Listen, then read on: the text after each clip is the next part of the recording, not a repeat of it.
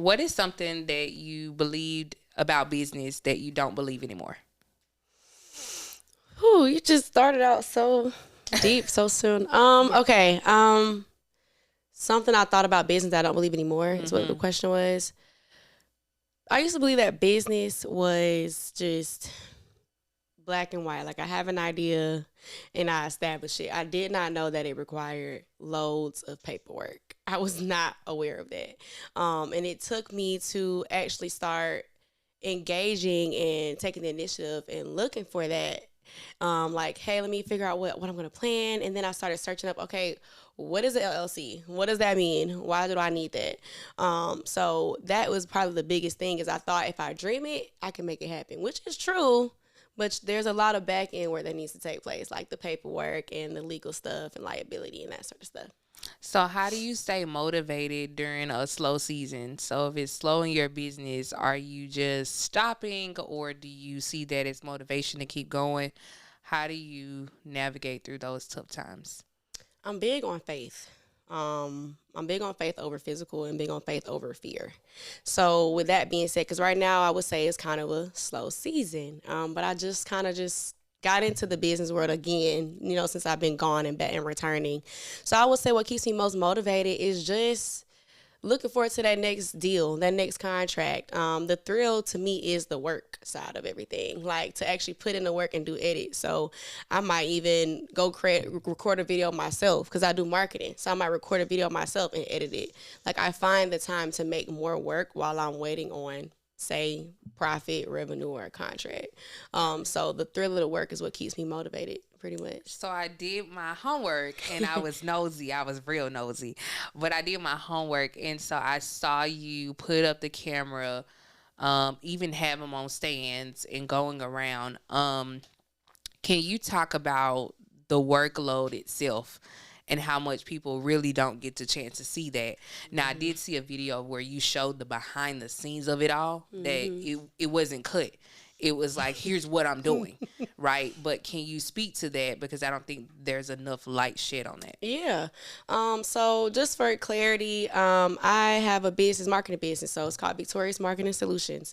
And I'm glad you did your homework. So I'm really big on that. Like what's really hard for marketers or even content creators is recording yourself getting the content.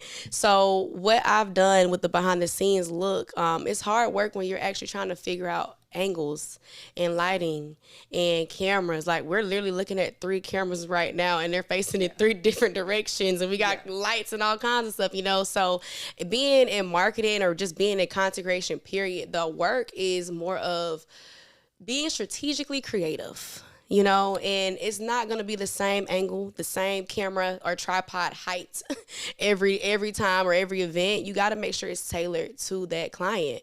So it's not just a point and shoot. Like it's actually having those consultations, having those meetings, and then you're like, okay, bet.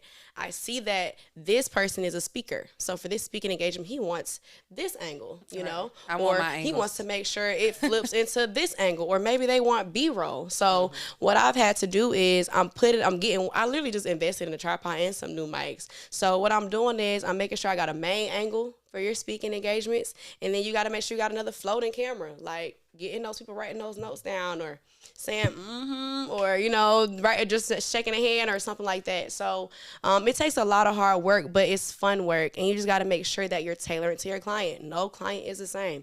No content, reel or video, is the same. So you're paying for more than just the video itself. You're paying for all the hard work it took to present that video and the presentation that it was delivered to you.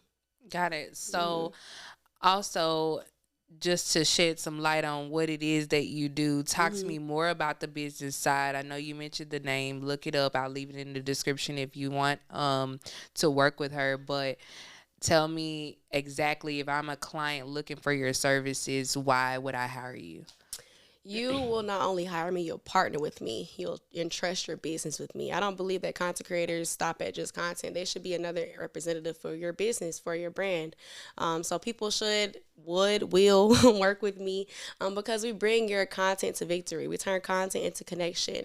Not only that, but we don't just promise you're going to gain some followers. That's not my promise. Like, I'm not promising that. I'm promising we are positioning your content as an authority. You're going to be an authority in your industry. So if someone thinks of the first podcasting studio and that's Content Factory, or it's Miss K. Ellston, that's the first person they should think of. It shouldn't be I can podcast, I can interview with this person or this person, I can feature with this. No, it should be oh shoot, she makes sure her content is authoritative and it's educational and it's intentional.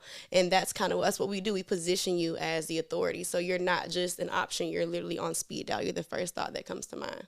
Got it. So do you work with only entrepreneurs or just anyone who's looking for services or authors? Does it matter what speed that you're in or what frame that you might, I guess I'm saying which category that you might be in? We work with established entrepreneurs. That's not taking out startup businesses, but we have a high price, high value system. It produces 90 days worth of content. So with that being said, we work with authors, we work with speakers, we work with anybody that has a service, like a behind the scenes look. If it's a catering business, we work with that too. So what I do is I go out and I'll drive to wherever that case may be. My first job actually was a fencing and a patio deck. So I drove out to Alexander City like 2 years ago and recorded all their work and made it into a recap, and now it's a promotional video. So it pretty much just depends on what your service and your business is and what are you looking for. It's nothing that I can't do, but if it's something that I don't do, I will let you know, So that's pretty much what we do. Okay, so also for the entrepreneurs that's listening right now, how did you get started doing this? Because this is a very detailed thing. Anything with cameras, audio, video, anything like that, it's very detailed. I just I know how to do the basics. I can edit.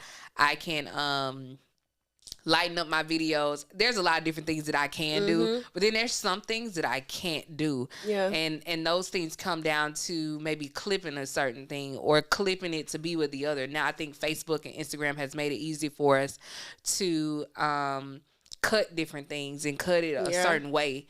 But however, the lighting, the temperature, all these different things that play a factor that I just really don't want to do, and I will hire somebody in a minute. So talk to me a little bit about how you guys started doing this. Yeah, honestly, it started as a seed. So years and years and years ago, I started dancing like about 20, I would say when I started learning all this stuff was in a dance program back in 2014, 2015, something like that. But probably much earlier than that. But nonetheless, my instructor at the time at Imani Dance Program, I was a dancer, yes, but he also was editing music. He was recording all of our performances, and he was editing all those videos. So he eventually, when I became like a veteran, he actually showed me how to edit music. And editing music and videos are not that hard if you're looking at the board, like the audio board, where you're seeing like where you got to split stuff and fade it in, fade it out. So I was like 10 to 12 years old. Within that time frame, I was looking at music and editing music and cutting it and throwing in transitions and stuff like that. So that was the first touch of everything. But I would say that started where I am now. I went to college for sports business and sports marketing. So it just was a plethora of things that I was exposed to that was like, okay, I'm going to do this. So just led into me doing content marketing. I had an internship in Birmingham 2 years ago with a nonprofit organization as a social media marketing manager.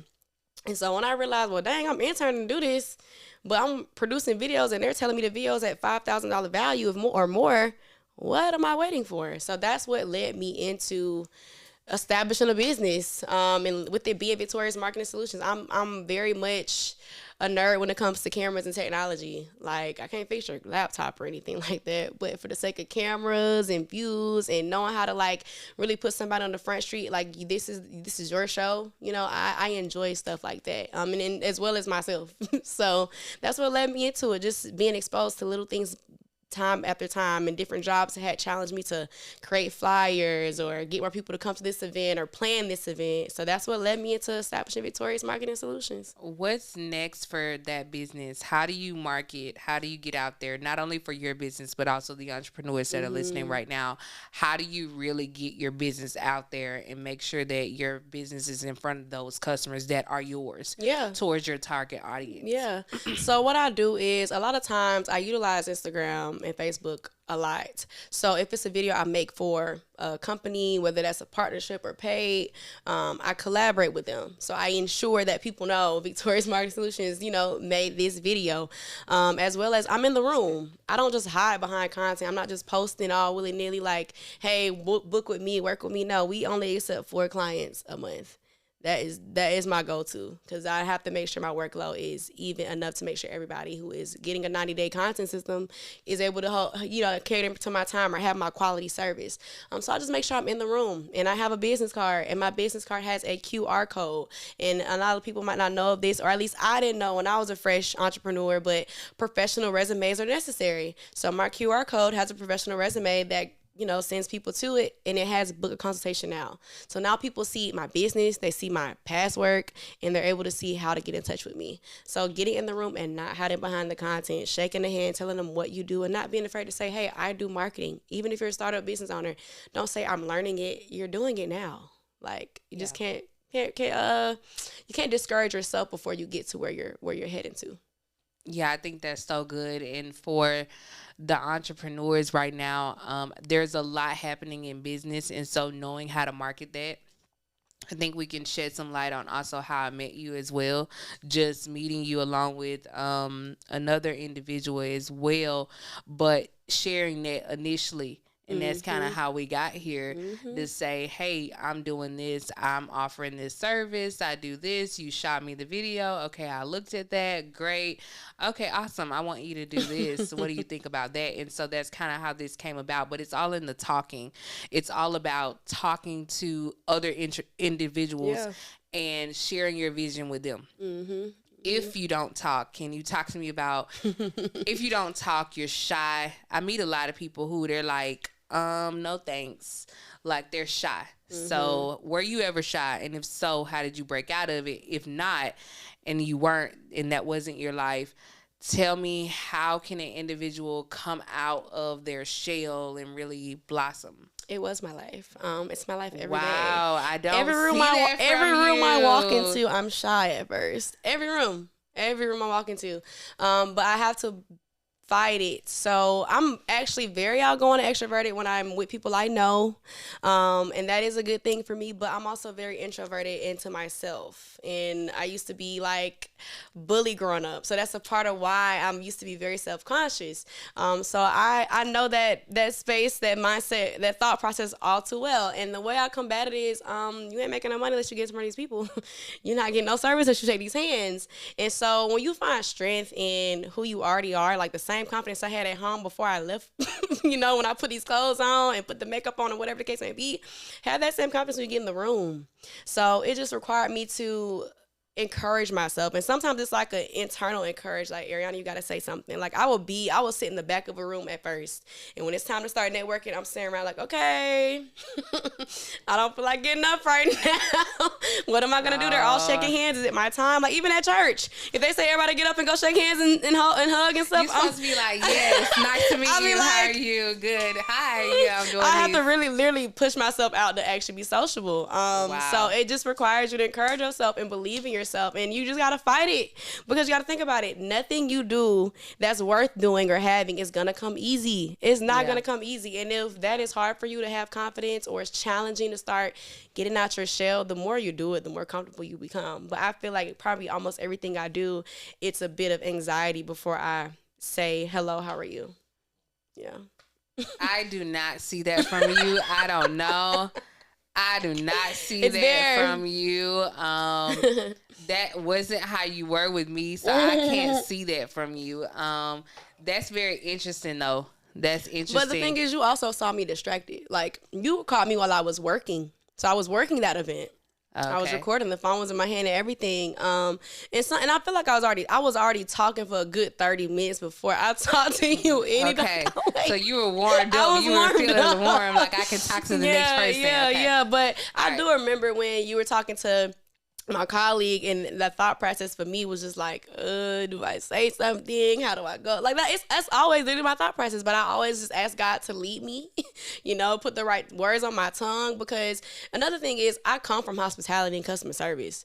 So even though I might feel anxiety, sometimes I surprise myself like, oh shoot, that actually was easier than I thought it was. So you just gotta, like you said, it requires communication, but also you gotta be a people person. You can't just think I'm just gonna say what I do and say, can you buy from me, and that's gonna be a deal. No, you have to make real connections with people you want to do business with, because that connection can lead to y'all having a partnership or doing other things together in the future. You just never know what that connection might lead to. So you want to make sure you get that full on. You did not register. I had a post about this. You did not register for an event just to use it for just to sit in a room.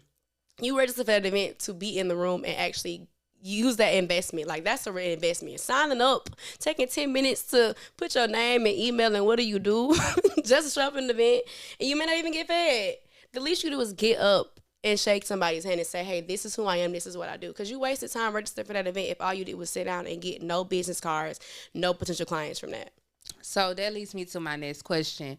Do you feel that when you go to business events, do you feel like it's a snobby environment, or do you feel like people are actually connecting? I'm trying to share with you what it is that I do, and I'm also trying to listen to what it is that you do. Do you feel like that's happening, or is it snobby? I feel like it depends on the room. Okay. I really do. It depends on the room, it depends on the vernacular, the people in the room. Some amazing entrepreneurs out here who make a lot of money and a lot of connections, they are have open arms to giving resources, And I will say this, that I come from corporate America. I didn't start feeling more inclined to either A, quit my job, or B, really pursue my nonprofit and for-profit full-time until I got in the rooms with Black professionals, Black entrepreneurs. That's what empowered me more. So I would say, I think it depends on what a room. Sometimes the rooms with less people, it's a lot more connecting and networking taking place than the rooms with the most people in there. I've been in rooms networking where there's 5 people. I've also been in rooms where there are 20 to 40 people. Mm-hmm. And you're just kind of going around. Everybody's talking. The volume's so loud. I've also been in a room where it's like 200 to 400 people in a room. Obviously, you don't talk to all those people. You don't even make halfway, right? But the connections that you do come across, hey, yeah, I'm in Dallas, but I'm moving back here, da-da-da, whatever the case may be, you do have a lot of conversations, and some of them are long-winded. In those larger rooms, believe it or not, we've got off subject. We've started talking about how your dog is something that doesn't pertain to business. And so we're trying to reel it back, because now we've gotten to know each other on a personal level in about 10 minutes. I think I'm a talker and I love people so much. Sometimes it's a love-hate relationship. Yes, I said that. Sometimes it's a love-hate relationship, because sometimes people do things that you absolutely hate, and it's like, why are you being a crazy human right now? But other times it's like, I just love you, so it's a love-hate relationship sometimes. But I think in those rooms, you do make a lot of connections. You make so many sometimes that you forgot who you met. Yeah. And that's happened to me where I've got tons of numbers in my phone. Please, I'm sorry if this is you. It's you. But I got so many numbers where I'm like, crap, who is that? Yeah.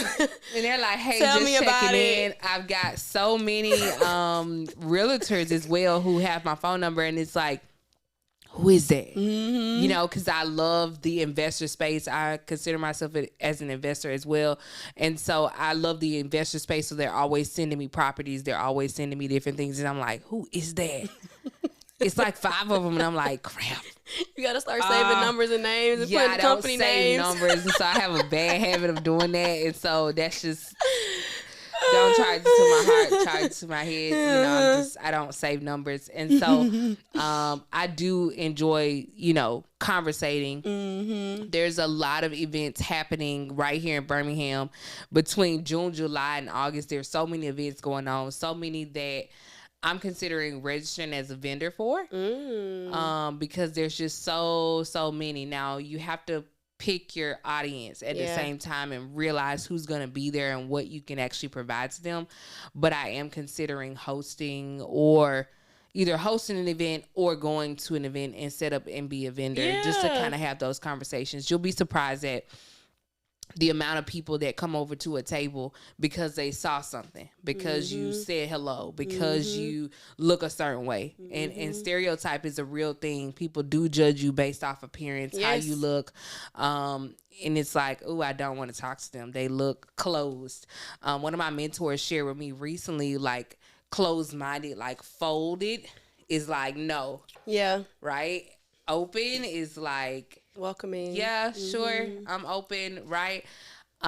We also got into the conversation about like relationships and stuff like that. And she's like, yeah, you're never gonna you're never gonna talk if you like this. Yeah. I'm like, that is not how I am. You have to really get to know me. She's like, yeah, you're never gonna talk to nobody if you keep doing that. And I'm like, yeah, my guy knows that already. He knows that about me. So the person that I would date, let me put it like that. The person that I would date, he would already know that. Let me clarify that. Yeah, let me clarify that. Because see, people they be reaching. What you talking about? Yeah, nobody. He's not even here yet. So let's just start there. But he would know that about me. Good. So yeah. But also, in the business space, there's a lot that you have to do to prepare for a business. I mean, we really didn't talk about like EIN and stuff like that, but how to actually get set up.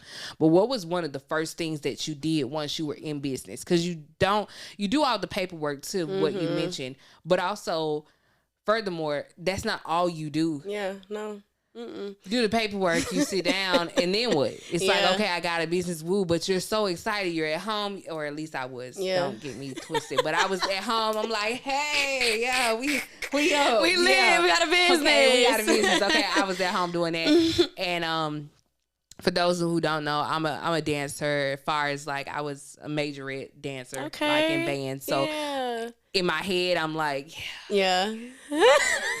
I'm doing that. I'm not mad at it. I'm in the mirror dancing. I'm doing my jigs. I'm a dancer too, so we good. So we're gonna have to throw some counts one day. Some 8 counts. I was just talking to one of my best friends about this, like throwing 8 counts and stuff. I was like, I would love to get together with some people who used to do majorette dance and just throw counts. Like we throw stand counts all day long. Side note, I do want to host a trail ride. Has nothing to do with business, but I do want to host a trail ride. Has nothing to do with business, but I am looking to host a trail ride. I do want to bring that, and I mean, I'm trying to think like maybe it's a entrepreneur, like networking mixer, but the music that's played is trail ride style. It'd be dope. It would be dope. Yeah. Who knows? Like a boss. I love the word boss. But like a boss tribe or a CEO trail ride, something like that. So I like it. Look out for that. And while we're on the topic, I do want to mention the Executive Club Circle retreat. I'll leave everything down in the description below, but we are going on a retreat. If you want to go with us, I'm going to put it down below so you'll be able to register for our retreat. I'm thinking between 3 and 5 days, but you'll see all the information down there. I do want to move to my next segment, which is 2 things. One, I want to talk about who you are, where you grew up, how you got started, which I think we covered a little bit. But tell me, 2-year-old to maybe 16, as far back as you remember, because some people are like, I remember when I was 2, and I'm like, you do? I was like, no, I only remember 6, but I okay, remember like 6 or 7. I'll let you have that. I can tell you what I heard, what they told me. Right. So tell me from there to at least like 16, and then we'll cover the next portion. Okay. From 2-year-old to 16. Okay. So I was born and raised in Tallahassee, Florida.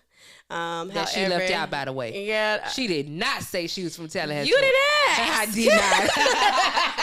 I did not. No, seriously, okay. But I was born and raised in Tallahassee, Florida. But when I was like 4 or 5, we moved to Atlanta, really the outskirts. So I was living like Stone Mountain, Conyers, Covington. But that's where I learned how to dance. So my first style of dance was African ballet for Rakaba. So I was like 4 or 5 doing that. Did my first performances around 5 or 6. Then we moved back to Tallahassee. So I was in Tallahassee and learned how to. That's when I got recruited into my dance program. I was like considered the teacher's pet as well. So I was dancing hip hop, liturgical, or really hip hop, gospel, contemporary, and ballet, and African, like modernized African technically, and gospel. If I didn't say that already, and I was doing that from the ages of 19 years old till about 17 years old. And during that time, I was in the IB program in middle school, and also carried over into the IB program in high school. So I feel like half of my life, at least from my that space you just gave me, that range, was stressful, because IB program was stressful. That was just stress in itself. And we were practically segregated in middle school. So like half of the school, like we had a big hallway that separated us. Half was general kids, which I hated they said that, but half was non-IB kids and the other half was IB kids. We only saw each other like during lunch or the beginning or after school. We never saw each other ever again, like during that day. So, or any school day. So a lot of my upbringing was uber proper. Still grew up like practically in the hood. Like T-Pain's family house is right on the corner from the house I grew up on. I grew up on a dirt road, that technically. So I mean, I used to think Tallahassee was a city till I moved here.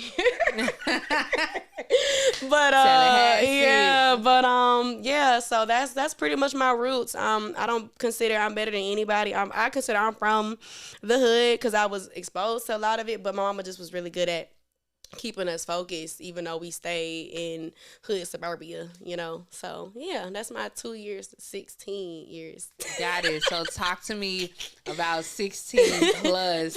Yeah. 16 I like that you broke it up like that. That's really smart. Yeah, because I asked that question because sometimes when you're young, things are a certain way. Yeah. But once you're out, you're on your own. 16 is like that driving space. Mm-hmm. No, if my nieces are watching, you cannot borrow my car. Ditto, you can't borrow mine either because I got 4 of them. Okay. I'm just like, good grief. But a lot of times, being 16 years old, you're just starting to drive. And so I was waiting for my birthday, because on my birthday, I went to the driver's license place to get my license because I'm like, oh, it's not that day yet. I need to drive.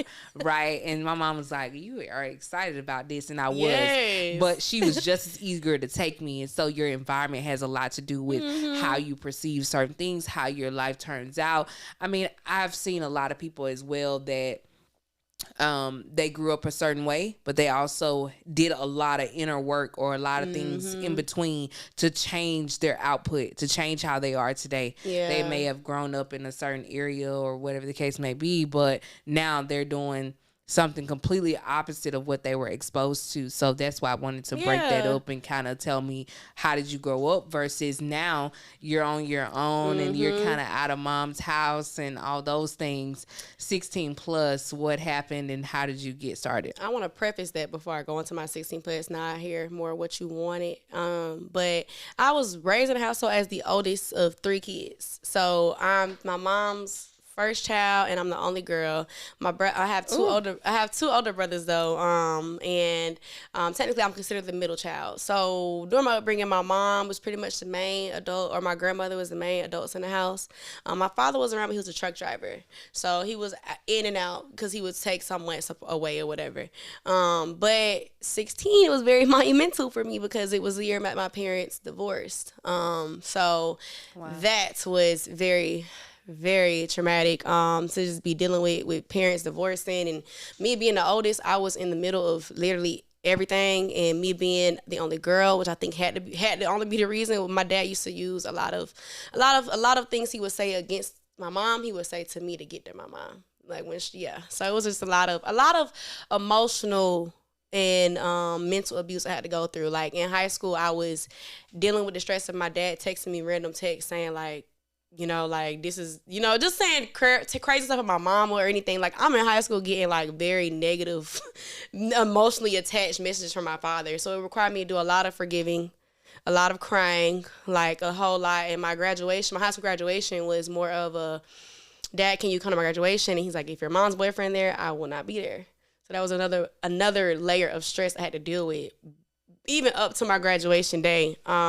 So with that being said, I was young. I guess you consider me, I'm a summer baby. So I was 17 when I graduated.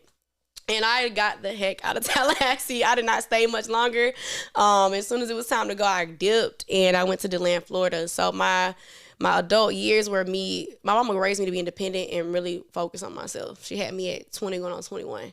So the biggest thing was to ensure that I went as far as I wanted to go. I got my master's or doctorate, whatever she wanted me to. I ain't got neither one of those. I'm like, girl, you tripping. But she wanted me to go further than her in every aspect. And so she gave me the tools to do that. She gave me the support to do that. She showed up at every performance. She challenged me to do more. Like she had me filling out all of our paperwork when we was getting into school and had me going into Publix or Walmart at a young age to just learn independence. Like, y'all go get me some bread or go get this, go get like little stuff like that. So my 16 plus years required me to, or included me going to Stetson University. And that's where I was able to like be free. Now I was still going through a lot of the drama back home, but because I wasn't home, I was out of a good bit of it. I had to really like do a lot of forgiving, and right now the inner work just started. Like out of all the crap I've been through, it just started. So I went from college to COVID hitting to losing my great grandmother to getting out of school and working full-time jobs. So one thing about me, I always had a job. I've always had a job. I always had probably more than one job. Since I was like 16, 17, I always had like 1 or 2 jobs. Hustler mindset, hustler, yeah. get rich. Okay. Listen.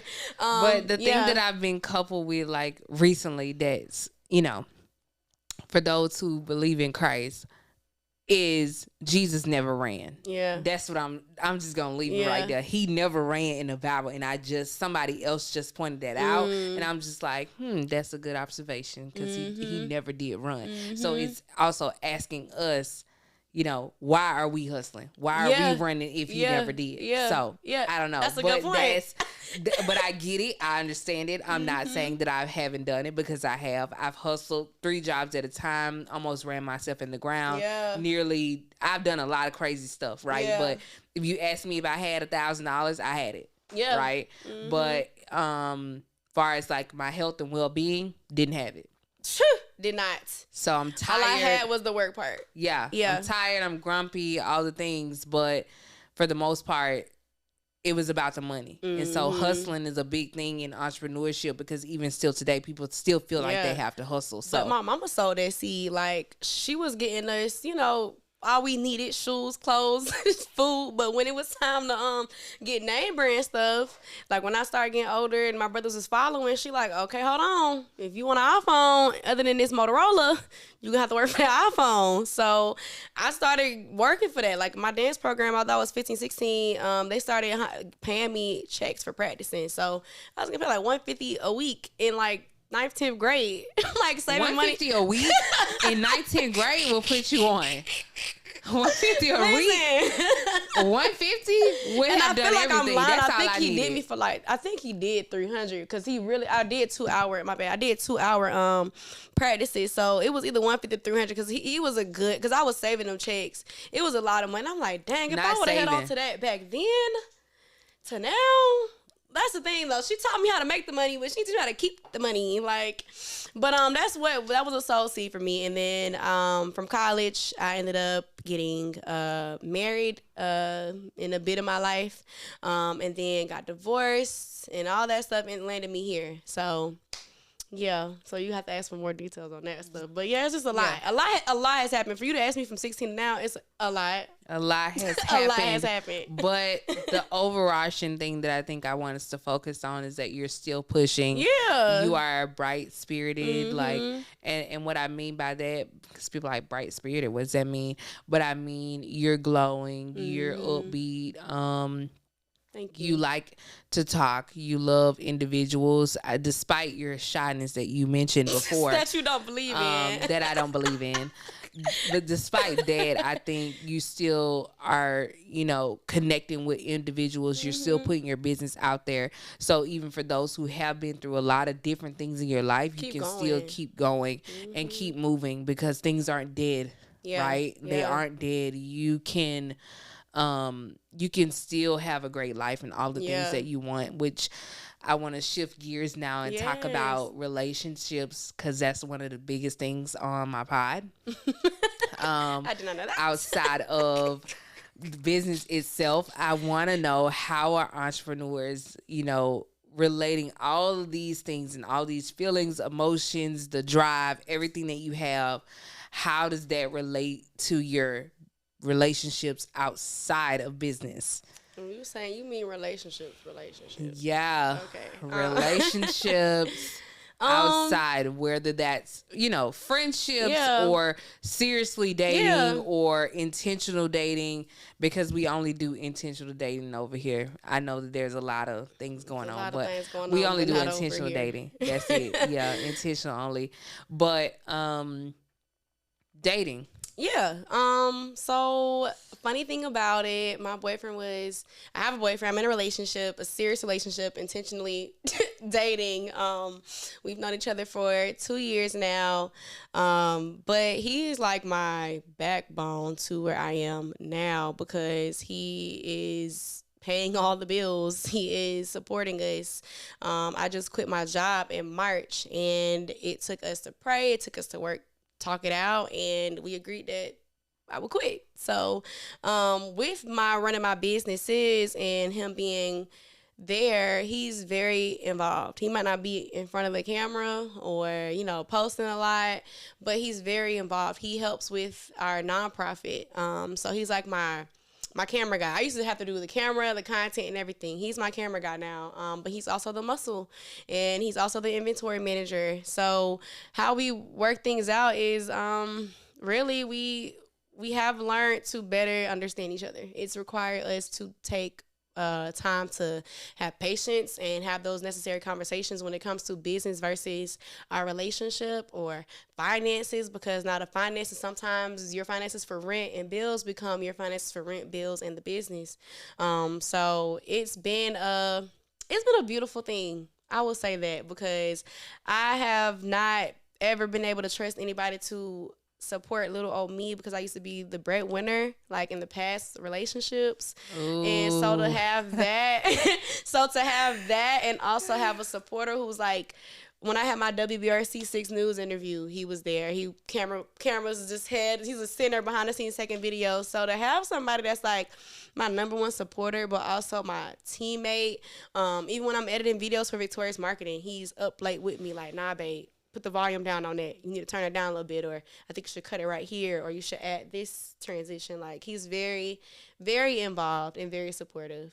Yeah. Can you talk to me about what is that like to have that around? That sounds like a very healthy space, which I think most individuals desire. Mm-hmm. How did you get there? Like, did it start that way, or do you feel like you guys grew to that point? Like, is it relationship goals on socials, or does it just, how does that all go for those that are still single and trying to figure it out? One day we'll reveal how we actually met, but honestly, it is not easy, but it is worth it and it is possible. But you do have to in some ways die to yourself, when you're trying to sacrifice for a relationship, and even sacrifice for a business, and sacrifice for a business based on relationship. Like, it's so many different layers to it.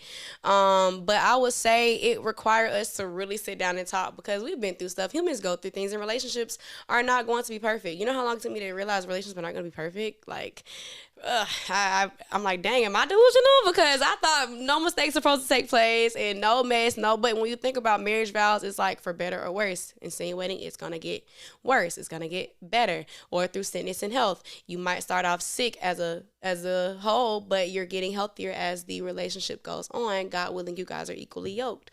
So it's been beautiful, but it's been a lot of hard work, because what I've had to do personally, because I'm coming from childhood trauma, which I've already expressed, I've had to learn to stop looking at the past and stop looking at how I was hurt before, whether it was him who hurt me and his mistakes that he's working on, or whether it was my father or somebody else in my past that hurt me.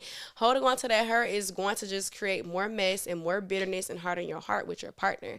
And it even just messes up the flow in your business, because it's been moments with me, he and I were not seeing eye to eye, and we would be setting up for a haircut tour, and I'm like, you need to go grab a table, go grab a chair, what are you doing? And he's like, who are you talking to? Like, put yourself in check.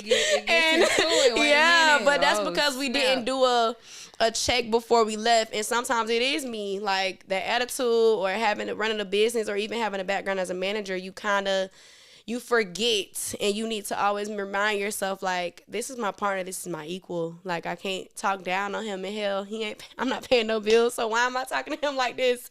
So it just requires a lot of conversation, a lot of understanding, and a lot of reflection, because you can't always blame your partner. Like, I'm learning that what I used to do, what God is leading me out of, because I'm really big on my faith, is to not blame or point the finger at what your partner did wrong, and don't assume they intended to do it with bad intentions. You know, sometimes people make true mistakes. They do. They do.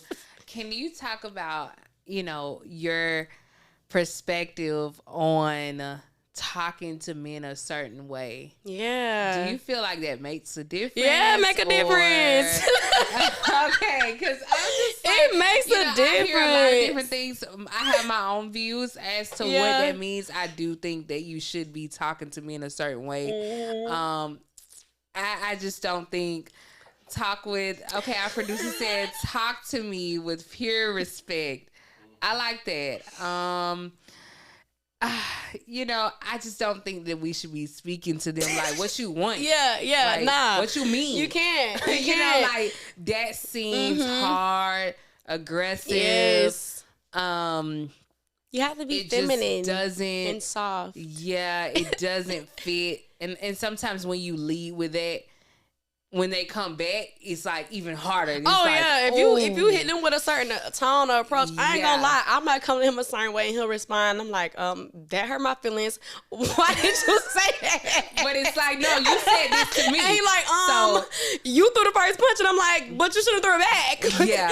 But no, it's very vital, and it's taking, like, I'm big on vulnerability. I would never speak on something I did not live through, but I don't speak on it unless I learn from it as well. So all this to say, I've learned from a lot, and I'm still learning. But they need to feel empowered, respected, and even if you think that man don't know what the heck he talking about, let him be. Let him be. Go with it. And also, just, men want to feel needed. And so that's a big problem that a lot of women have right now, is they're trying to be everything. Yeah. And they're acting as if I can't. But why they acting like that? We'll get into that. But I know why. Hang on, and I'm gonna read that up there. But they're acting as if I can do it. I don't need you, right? And that's not the case. Okay, our producer said if you talk to him crazy, you're leaving the room for someone else to talk to him the right way. Mm-hmm. Ooh. Wait a minute. Yeah, it's true though. It is. Is that really? Ooh. But I'm not claiming that over my relationship. We good, but that is true. Yeah, but you got to think about that, because just how men pillow talk women, same difference. Like I think it goes hand in hand. That's something to think about, though. Everybody can be a pillow talker. Talking to people, because and I bring this up because entrepreneurs a lot of times think that they think, oh, I'm in control, I'm running this, and you can't be that way. And it's like the pointing fingers, you need to do whatever. And so sometimes we think that our partners are our assistant. But the same goes for, your employees that you might have in the business. You got to talk to them like they got some sense too. Just the same as you with your partner, Agreed. That's the only way business will work. That's the only, and your employees feel trusted. That's the only way your man will feel trusted. Like, if you always challenging what he's saying, if he got a plan, if it's a financial plan or a trip or whatever the case may be, or if when are we going on a date? Like, stuff like that, instead of allowing a person to show you who they are and you give them that trust, you're never going to be content as a person. I feel like even as a business partner, you will feel still like you're doing everything yourself if you don't allow your man or your employee to take control in some capacity, trusted capacity. Trust is a big word right now. It is. That word holds a lot of weight today. So how do you trust people? I mean, how do you do that? You don't.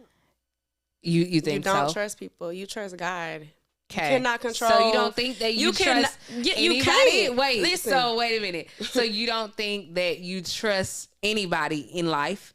Not at all. I don't think that's the thing. I think the key is you trusting God. Like, for instance, like this. If a friend, best friend, whatever hurt you, or your man might be doing all kinds of stuff to hurt you, at one point you're gonna think you can control their actions. Especially if a man is cheating on you or something like that, you're gonna think you can control their actions. That's why I say you trust God. Yes, you will trust the person till they show you, not to trust them no more. Use your discernment. But at some point, sometimes relationships, whether that's business, friendships, love relationships, they feel harder to believe in. But if you believe that God will work it out, you believe in God turning that thing around, you're stressing no more. Because I'm talking from experience. Like, a lot of women are convinced that we can change a man or make a man decisive on committing to us, or choosing us or whatever the case may be.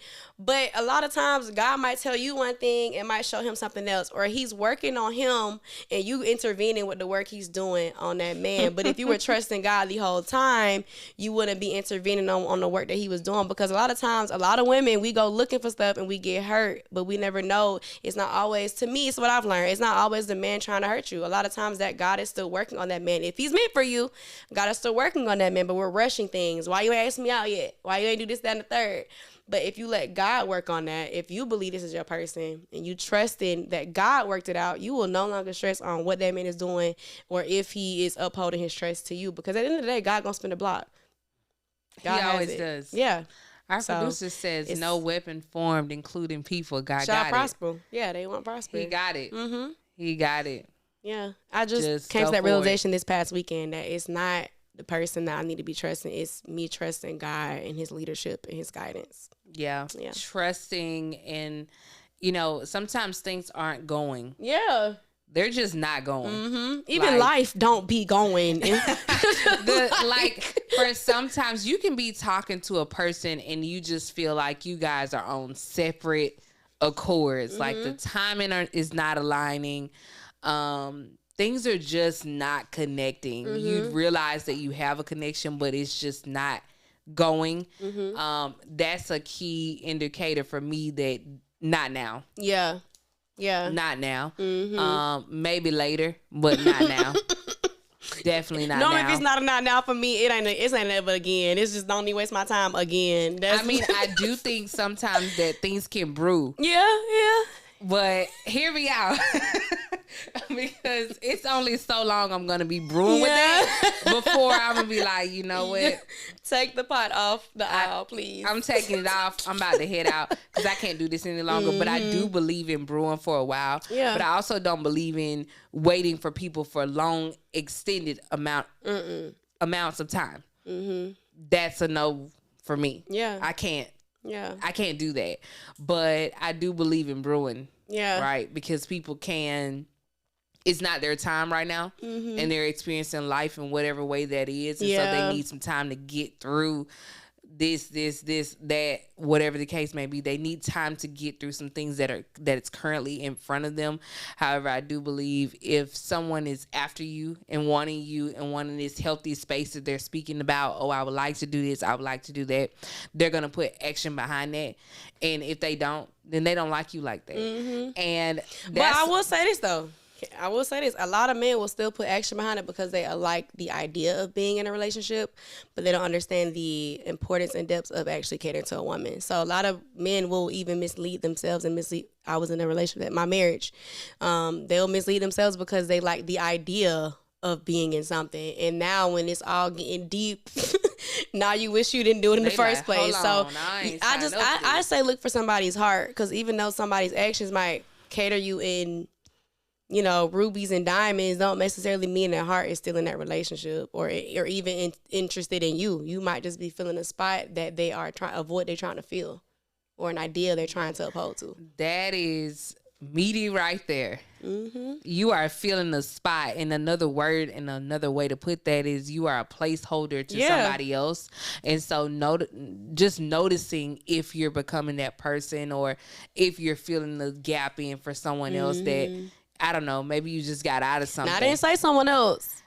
He is an idea. Yes, I think an idea. I say that because in some cases it is someone else. You just removed yourself from blank, right? And so you're feeling the like space of someone else, right? And so that's why I mentioned that, and I think that that's worth mentioning. However, to your point, sometimes it can be, I'm not feeling the space of anyone else. It's just the whole idea of, hey, we could possibly do this. Because I'll say it like this. When my brother had said it to me a long time ago when he was, when I was at a Universal Studios or something like that. But he put me to the side and he was like, Yana, this boy you're with treats you like somebody that's not interested in you. But he had the money, bills are paid, I ain't never had to want for nothing. We was saying the I love yous and it was nobody else in sight. But then we got my boyfriend now, and my cousin hit me with the difference is he actually wants to be there. So a lot of times you got to look for somebody's heart. And that's why I say you really trust in God, because that's what's going to do it. If you find their heart, it'll tell you more than their actions or their words will say. Yes, we want to see actions. Yes, we want to hear it. Yes, we want to be fulfilled in these different areas. But I feel like with relationships nowadays, we're so tied to the perfect relationship, how all these different relationship goals are showing social media, and this is the perfect relationship, this is that, but you don't really know what these people are arguing about in the back end, what they struggle with on a spiritual basis. So I feel like that's what's worth it, seeing their heart, because every relationship is not the same. So what I might be saying on your podcast today might not relate to somebody who's watching it tomorrow, so it all depends on who you are as a person, what you need to die to, what your sacrifices are, in coherence to who your person is and who you choose. Because I also saw something else. A comedian said this. A lot of us, especially nowadays, a lot of women and men, we are more big on to have but not to hold. And so we have and don't hold on to it when it gets hard and when it gets struggling. And we have it, we're like, okay, it's good, it's great. Then it would get bad or it gets questionable. Oh, shoot, let me drop that one and have something else, instead of you holding on to that person during that season. Not saying hurt yourself and go through all of that, but you just never know what God is trying to show you or teach you in your marriage or relationship, because it could be a whole lot of things he's preparing you for, for your true person or your current person. You just never know. Yeah, so staying open, remaining open, and being coachable. Yeah, being coachable. Allowing those relationships to really lead you. And also, even still, and I say this, but triggers too is another thing. And I really don't like the term triggers, just FYI. I don't like it. It's too I don't know, it's too something. I can't even think about what, but it's used way too much. That's agreed. I don't like it. So, but I use that to kind of gauge where we are, and so we'll know what we're talking about. But I think in relationships, a lot of times you will see what triggers you. So do you think it's important to share with people, hey, I was in a past relationship, this is what happened. I really don't like when you what's up or what, something small like that. I really don't like when you do that because of something else that I may have been through. Do you think it's worth sharing that? I'm kind of between. I think it is worth sharing that so your partner is aware, but it's not your partner's job to heal that for you. At some point, you're going to have to ask yourself, what actually hurt me when I was younger that led me to this trigger? What actually was my trauma that lead me to feeling like, dang, he was saying that really? Because some men don't say that. They say that as a best friends. They think you're a best friend or something, but it just depends. So I think it's good to tell your partner, but you also got to do that inner work and ask yourself, okay, where do I need to heal so that when somebody say this to me, I'm not thinking they just talking to me like I'm another dude. Like, you know, where I don't think they trying Healing to. it. Exactly. You That gotta point. heal. You gotta heal. Like, I come from trauma. So I've learned, like, God has actually sat me down. I've had to sit there and like, okay, I actually gotta heal because everything he do can't be intentionally to hurt me or bring up a trauma. I gotta bear the trauma. I gotta deal with the trauma, It you know? can't be. It can't be. Because at one point, some people probably got a long list of this hurt my feelings, this trauma, this trauma, this trauma, this trigger, this trigger, trigger. Okay, well, dang, when is it gonna be your job to clear off this list of triggers and trauma bonding or childhood trauma past? You know, we gotta find it in ourselves to do that work because it carries over into all kinds of different partnerships and work relationships as well. And that's what I wanted to get into, and that's why I'd like to talk about like relationships and all these things, because I think it's so important. Because how do these things affect your business? Yeah. People don't think that this has a correlation, but it does. And I talk about this on purpose for a reason, because how you are treated at home, the things that you go through, the things that you're currently navigating does flow over into your business. So what are some of those ways? Yeah. So how it flows into my business, what you said, or affects it by at least, I will say my emotions. I wear my emotions on my sleeve sometimes. It's right here. Man. So if somebody says something negative to me, or I don't even know what the heck what they meant by it, I always either it shows on my face or I get quiet and I'm disgusted. And She said it shows my face. It does, and it's a defense mechanism, I know, for one, but for two, it's something I gotta work on. Like, it truthfully is, because sometimes, like I said, sometimes some people's intentions are not what I might convey it as or feel like it was translated as. So sometimes I have to fix my face, or if I might have convinced myself of one thing about a person, and now I'm like, pull back from working with them or pull back from introducing myself. You got to get out of that, you know, and that stems from a lot of what I've been through, or even what they might say to me and how they might say it or what tone they use. Like, it just all depends on what it is, because everybody's trauma is different, right? So depending on, like, for me, it's words. If it's a negative word or I don't know what the heck you meant by it, I'm going to have my feelings hurt. So I've had to better gauge how I respond to people, but also being okay to ask in a nice way, can you elaborate on that, or what did you mean by that?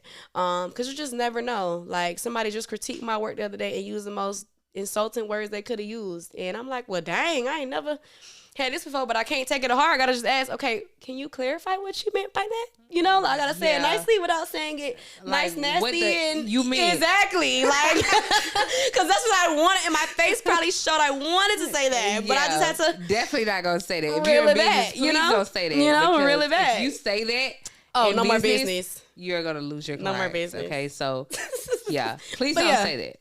Truthfully, that's what it requires. And business is just like how we saying business relationships is just the same, because when you work with partners who are like often partners, and I'm sure you have their producer that you work with, like it requires a relationship to be established and understanding and knowing, okay, how do you like to work? What is your organization skill, or what makes you tick, or what motivates you throughout the day? Like, you have to know these things to better understand your counterparts in business, your counterparts in relationship, and you gotta find a middle ground where you're understanding each other but not hurting each other, you know, like, because eventually triggers can't always be triggers. Yes, and shout out to the Content Factory, because my producer works with me so well. I will send a message out and say, hey, I'm looking between this date and this date. What date is open? Yeah. What slot is open? I'll word it professionally, and he'll get back to me. No curse words or nothing, y'all. No curse words. Yeah, I'm like, hey, what you got open? I'm thinking blank or blank. Thank you for setting this one up. I know it was last minute, but it all depends on my work schedule and how I'm working and clients and all the different things that I'm moving through. So thank you both for doing that. And it takes a lot to coordinate 3 different people's schedule with mine, and then I'm trying to make sure you're good and trying to make sure you can be here. Awesome, and I'm like, and that's why I told you, hang tight, stand by, let me confirm, right? And then he's like, okay, and I'm like, okay, paid, let me get back to you. You know, so business is business. Working together and just trying to have the best conversation, and also, you know, trying to respond in a speedy manner as well. I know sometimes we'll get off into a day, but then you look back at me and then I hit a day or whatever the case may be. I've now skipped a day. I was like, oh snap, I was meaning to get back to them and I didn't. And so now the next day I'm like, hey, I'm trying to get back on. He's like, yeah, we're good for that day. So I'm like, okay, lock me in. I'm about to pay. Did you see my invoice? Whatever the case may be. And I'm like, okay, you paid. Yeah, we ready for you. So just confirming everything and doing that. And I think in that way, people can respect you a lot more. Regardless if it's last minute or whatever the case may be, they can respect you. If you're going to show up, you always do. Yeah. If something changes, whatever, you're willing to communicate those changes. So those are also things that are needed in business. And I think also, life happens, but if something does go on, like I think for this one, I was like, hey, I'm still trying to pick up some wine for this. I'm going to be behind because I'm noticing it's like 6:10. Yeah. I'm like, yeah, I'm going to be behind. But, just saying those little things so people know, hey, life is happening on my end, but I'm still willing to show up for you. I'm still willing to do or follow through on the thing that I said that I would. And when people don't do that, that's when things kind of go left. For me in, just the relationships, period, whether that's friendships, I have a lot of personal friendships that are just thriving. Yeah. They're doing well. We don't see each other every day. We don't talk every day. But, hey, if you reach out to me and say, I'm needing this. Okay, no problem. I got you. Yeah. I got you. Let me see how I can move things around. And I do think there's a point in business where people will start to move things around for you. They couldn't really do that. Yeah, but they make it happen. Hold on, let me call blank and blank. And then they say now you got a solution. Day, right? They're saying they're giving me Tuesday, Wednesday. Maybe that's the only day they can do. So they're like, hey, I got this. Do you mind shuffling or whatever the case may be to accommodate you? That is just at the top level, like when people start moving things for you. Yeah, yeah.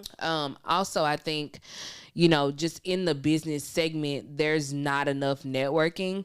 I think, people should focus more on their relationships. I've also talked through on this podcast about how it's who you know. I don't like to believe that it's always that way because I think there's a lot of entrepreneurs who are building businesses from the ground up, but they don't know anybody.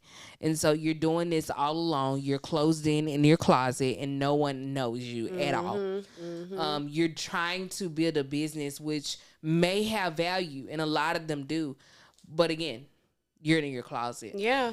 Yeah. You're that shy girl or guy who you just hide and you hope and there's work to be done comes in, right? And so, really having that support system as well of your family, of a partner, someone to push. Can you talk about the importance of having a business, either like-minded partner or just someone that's supportive? Because I know there's some relationships where people don't have either. Yeah. They don't have that supportive partner. Their partner works maybe 9 to 5. They do something else. They really can care less about your business. And they're like, I wish you would go away with that. Does that hinder your business? And if so, why? I have a really awesome mentor. Can I name drop? My mentor, Gilberto Herrera, and I just want to give him a shout out because he is a business partner, but he's also a mentor, and he has talked before I could even open my mouth in a lot of events.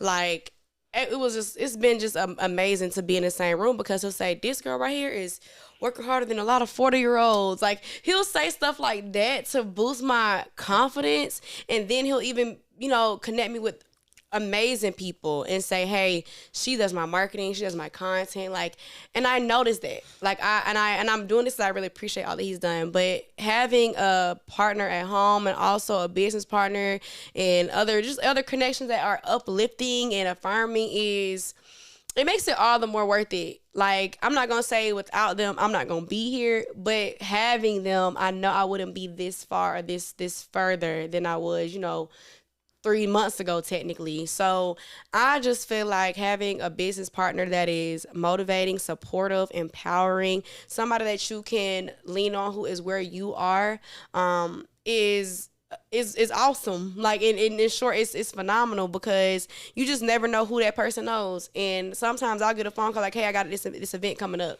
and I'm like, "Dang, I ended up at Birmingham Bell Collective Kayla's watch party." I'm like, "Well, dang, look at where I've been landed from this business partnership, you know?" And so a lot of business partnerships, like you're saying, they'll move things around for you. Like for my nonprofit, we have haircut tours, and I can call Gabrielle tomorrow and be like, "Hey, I got a haircut tour next week or this Friday. Can you be there?" Yeah, I'll be there.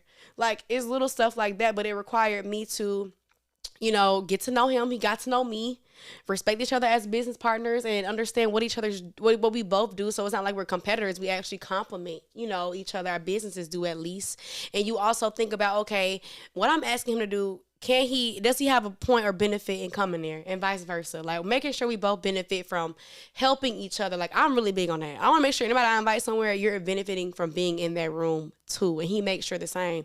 So just having business partners like that is key to, I feel like, success. So even though you might be in your closet right now, you never know who you will meet tomorrow when you get out of that room and get out of that rut, because Gilberto knew about Victoria's Marketing before he really knew about me.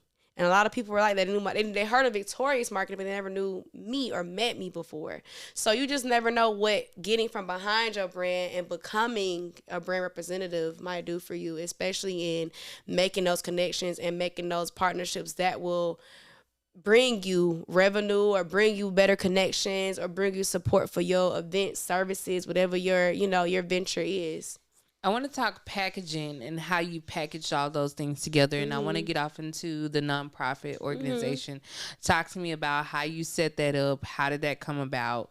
What did you do? Congratulations on that. I think it's really awesome. I did get a chance to watch it. And I thought that the entire interview was phenomenal. So talk to me about it. Yeah, so Fresh and So Clean Haircuts Free Youth is my baby. It is a nonprofit organization, youth-based, and we cater to elementary, middle school, and high school. And what we do is we don't just do haircuts, because a haircut is more than just a haircut. Kids and young men, and my man per se, they hop out of that chair and they like a whole new person. They feel confident. What do they say? My man. I just gotta highlight him because, man, when he get a haircut, he a whole nother person.